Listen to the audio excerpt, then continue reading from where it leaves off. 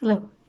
Uh, Today, I've just finished a new pattern, which is the Royal Irish Regiment. Somebody asked me to make one for them, and it's a lovely doll. It really has turned out well, and I'm really pleased with it. Okay, so this is the finished doll. It's getting posted today.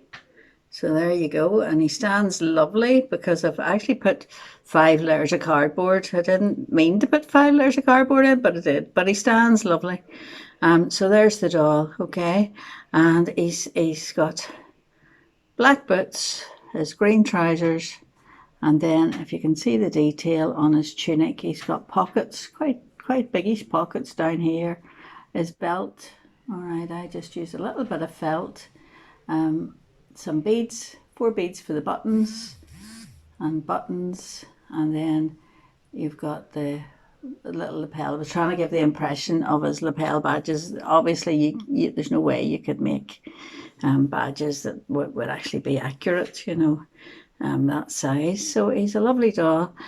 His cap, I just give the impression of a badge for the Royal Irish, but the actual badge is like a heart with a lady in the front and a crown. Okay, I have ordered a lapel badge because I thought a little lapel badge might just fit in there nicely, but it hasn't arrived yet, so we'll see when it comes.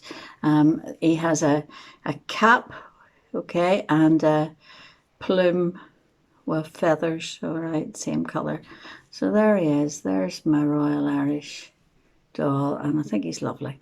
The faces were made the way I made all the faces, so there's a video already on my YouTube for how to make his face. He's basically, his feet are part of the knitting up, so there's no separate feet. Arms, there's a video how to put arms on. I put in his little V, and his tie is really just embroidered, and then I brought the threads in and I went over and over and over until I got it raised up, because in the picture of him, his shirt and tie are the same colour, which is like a creamy colour, all right. So here's one that I'm on my way to doing. And I thought before I put the cap on, so I haven't got the face ready, but I thought before I would put the cap on properly, I would let you see this part of it. So there he is, he's bald, but you're not going to see that baldness, right, because he's going to have his cap on.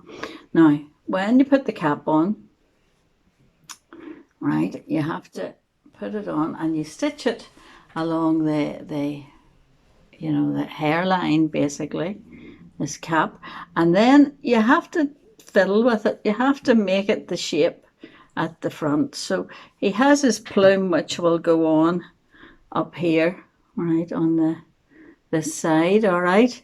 So he has to have a bit that's sort of more raised up than the other. Do you see that? So whenever you do it, you raise up one side because his plume will go over here, all right. Now, obviously that's not going to stay put unless you stitch it down. So you stitch round it, you make it into the shape that you want it to sit in, and then I'm going to actually stitch in there, you'll not see it, to the head, sort of to give it a little bit of extra. So you have to, and maybe if I was going to maybe stitch this part to make sure it doesn't go astray, I would do that, and then that's where I'm going to put his plume on, so you're not going to see any stitching in there, okay. So it's all about hiding where your stitches are. So once he gets his face on, he'll look every bit as good as this boy, all right. So you see I stitched, you see in there, I actually stitched in there to stop the hat from really moving. Now, it's, these dolls are probably going to sit on a shelf, so once they're set, they're not going to be bad. Now the plume, I made two. I wondered how I was going to do. The plume is actually feathers, so I was wondering how I was going to do it, and I thought of all sorts of ways. But the easiest I ended up with doing is I cast on 2 strips and cast off 2 strips. All right, so and then I looked down about just less than an inch and stitched and looked down until I got 2 loopy sort of parts, right. Then I put one on top of the other, so there's one there, All right, you see, there's one. And then I stitch this top one in so that you have two together. So that gives the impression, it's a doll, it's made of wool. You can only give the impression. So there's your plume made. So I'm going to hold on to this one until I've ordered this badge and it says it's dispatched. So I'm going to hold on to it just to see what the badge looks like.